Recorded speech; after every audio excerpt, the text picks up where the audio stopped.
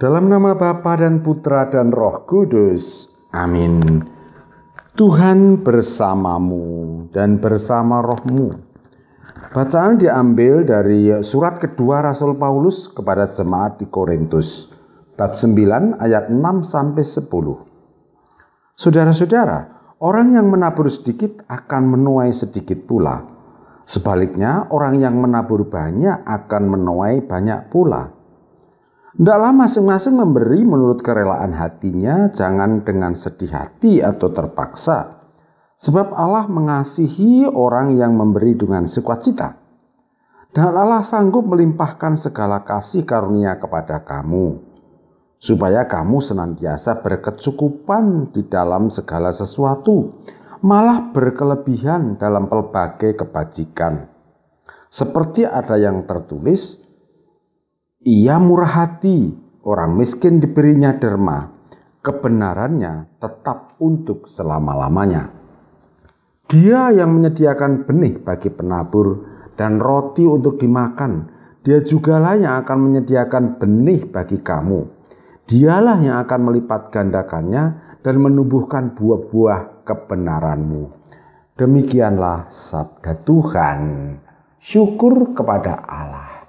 Saudara-saudara yang dikasihi Tuhan, renungan saya pada hari ini tanggal 10 Agustus 2020 mirip dengan renungan saya pada tanggal 2 Agustus yang berjudul Selera Berbagi.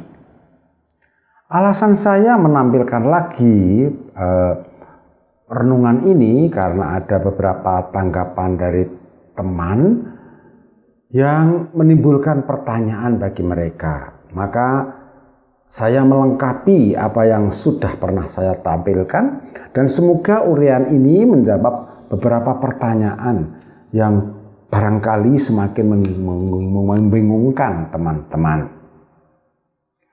Saudara-saudara, judul renungan saya kali ini adalah siapa pelit rezekinya dikit.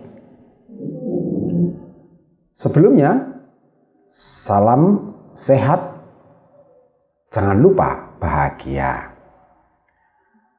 Paulus tadi mengatakan dalam suratnya kepada umat di Korintus, orang menabur sedikit akan menuai sedikit pula. Sebaliknya orang yang menabur banyak akan menuai banyak pula. Itu adalah kata-kata Paulus yang ditulis. Dan kita dengar tadi. Paulus tidak memberikan pemikiran baru, melainkan menegaskan kembali apa yang sebenarnya sudah ada dan hidup di dalam masyarakat, yaitu apa yang dinamakan hukum tarik-menarik, law of attraction. Gambaran mudah law of attraction itu seperti ini, seperti magnet. Dimanapun magnet berada, logam-logam di sekitarnya cenderung mengumpul ke arah magnet itu. Pikiran manusia itu mempunyai daya magnetis. Kalau orang berpikir positif, hal-hal yang positif akan datang sendiri, mencari dan bertemu, mengumpul dalam diri orang itu. Sebaliknya orang-orang yang berpikir negatif akan dengan sendirinya didatangi kesialan. Berdasarkan pemikiran itu masuk akal bila dikatakan bahwa orang bersyukur itu memanggil rezeki, sedangkan orang mengeluh itu memanggil malapetaka. Pemikiran Paulus diambil dari dunia pertanian, dan itu memang tepat karena memang begitulah hukum alam. Dunia pertanian itu dekat dengan alam. Hukum alam adalah hukum daya tarik-menarik, law of attraction. Orang-orang pelit adalah orang-orang yang berkeyakinan, berpikir dan diyakini dalam hati bahwa dirinya adalah miskin. Keyakinan itu yang menggerakkan pikirannya sehingga pikiran diolah oleh otak memancarkan gelombang elektromagnetik. Jadi dia merasa orang miskin, susah rezeki. Rezeki juga tidak akan suka mendekati orang-orang yang berkeyakinan miskin, karena dia tidak ramah terhadap rezeki itu. Lalu dia juga karena tidak ramah, merasa diri kurang, dia juga tidak akan mau menabur, tidak akan mau memberi, boro-boro memberi diri saya sendiri kurang.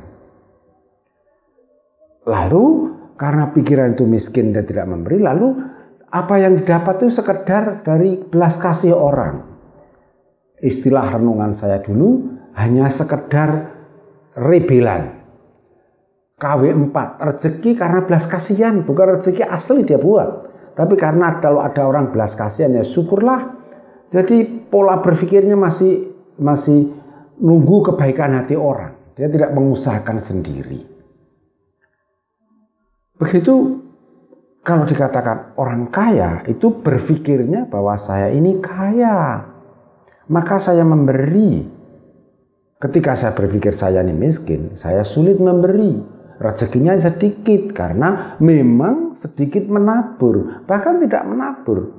Kalau tidak menabur dalam prinsip orang panen itu namanya ngangsak, seperti saya katakan pada hari Minggu yang lalu.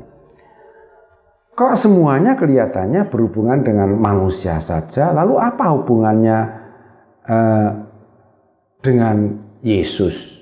Sebelum masuk doa ya, Yesus bersabda, mintalah kamu akan mendapat. Coba, minta itu diganti dengan pikiran yakin bahwa kamu dapat. Yakinlah bahwa kamu dapat. Pikirkanlah dengan kuat, itu berkeyakinan bahwa kamu dapat. Kamu dapat. Apalagi kalau keyakinan namanya iman bisa memindah gunung. Begitulah Yesus. Yesus juga membahasakan lagi hukum alam, law of attraction. Mereka yang punya akan diberi dan berkelimpahan. Sedangkan mereka yang tidak punya, apapun ada padanya akan diambil. Begitulah kata Yesus. Tidak adil kan? Tetapi memang begitulah hukum alam. Orang yang berkeyakinan bahwa dirinya miskin, jadilah padamu menurut perkataanmu. Lalu apa perlunya doa? Oh, doa itu perlu untuk dua alasan. Pertama, memperkuat daya pemikiran dengan energi ilahi. Kedua, membantu kita agar tidak tersesat, yaitu mencari rezeki dengan cara yang licik dan curang. Sekali lagi, saya sangat mengagumi keyakinan yang mengendalikan pemikiran orang Israel dalam Mazmur 23. Atas dasar keyakinan itulah mereka hidup makmur, tentram, dan tidak takut. Tidak aneh jika orang dalam kondisi semacam itu menjadi kreatif. Sementara itu kita sendiri menjadi murid-murid Yesus yang ketika dibaptis diberi fasilitas untuk mengakses energi diri sendiri dan energi ilahi. Energi diri sendiri yaitu sebagai anak-anak Allah kita ini menghargai diri kita sendiri karena kita menjadi anak Allah. Bapa kita adalah penguasa alam raya. Kita ini kaya. Mestinya lagu You Raise Me Up So I Can Stand on Mountains itu membuat kita bersemangat lagi, menyadarkan kita bahwa kita ini diubah menjadi manusia yang tidak sembarangan. Dalam keyakinan ini mestinya kita sadar bahwa kita masih punya energi cadangan. Di situ juga ada energi ilahi. Melalui baptis kita terhubung dengan energi ilahi yang bisa kita akses melalui doa. Di samping itu, dalam persekutuan para kudus, kita mendapatkan dukungan dari komunitas para kudus. Jadi, tidak ada alasan bagi kita untuk berpikir bahwa kita ini miskin dan tidak punya kemampuan. Sekali lagi, itulah rahmat sakramen baptis. Dengan rahmat itu, kita berpikir bahwa kita ini kaya. Karena kita kaya, kita rela berbagi. Dan siapa yang berbagi, itu dia akan mendapatkan rezeki.